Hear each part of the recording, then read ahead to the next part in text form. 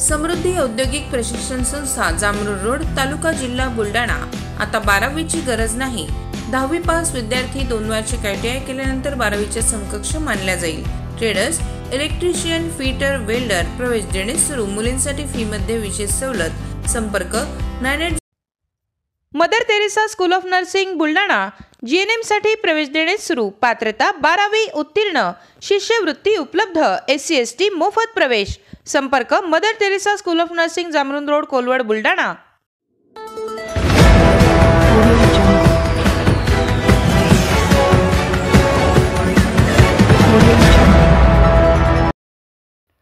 शाळेतील रिक्त पदांमुळे विद्यार्थ्यांनी चक्क जिल्हा परिषद CEOंच्या दालनाबाहेर भरवली शाळा।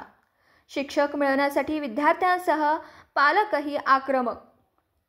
बुलढाण्याच्या चिखली तालुक्यातील अमोना येथील जिल्हा परिषद शाळेवर गेल्या 2 वर्षांपासून शिक्षकांची पदे रिक्त आहेत। त्यामुळे विद्यार्थ्यांचं शैक्षणिक नुकसान होत आहे।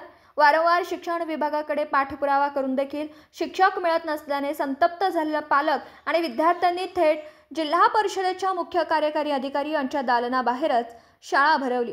जोपर्यंत शिक्षक मिळत नाही तोपर्यंत याच ठिकाणी शाळा भरणार असल्याचा पवित्रा विद्यार्थ्यांसह पालकांनी घेतला।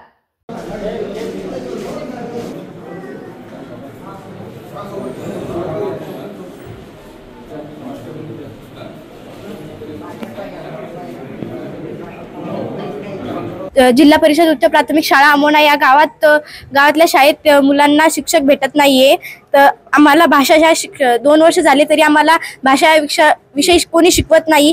आमच्या गावातले अध्यक्ष खूप तडफडत आहे शिक्षक मिळण्यासाठी। जोपर्यंत आम्हाला शिक्षक भेटत नाही तोपर्यंत आम्ही इथून उठणार नाही। तुम्ही आमच्या पालकावर कारवाई करा का कोणावर बी करा। गेल्या 2 वर्षापासून भाषा या विषयासाठी आमच्या विद्यार्थ्यांना शिक्षक नाहीये। नेहमी वारंवार जिल्हा परिषद असो, पंचायत समिती असो, या ठिकाणी आम्ही वारंवार या ठिकाणी लेखी निवेदन देतो, परंतु कोणताही अधिकारी, कोणताही पुढारी याकडे जातीनं लक्ष घालत नाही। आज या विद्यार्थ्यांचं शैक्षणिक नुकसान आमच्या डोळ्यासमोर होत आहे। आज जोपर्यंत आम्हाला आमच्या शाळेवर 2 शिक्षक मिळत नाही, 9 शिक्षकाची पदं मान्य असताना आज आमच्या शाळेवर मुख्याध्यापकाचे 7 शिक्षक आहेत, 2 शिक्षकांची पदं रिक्त आहेत।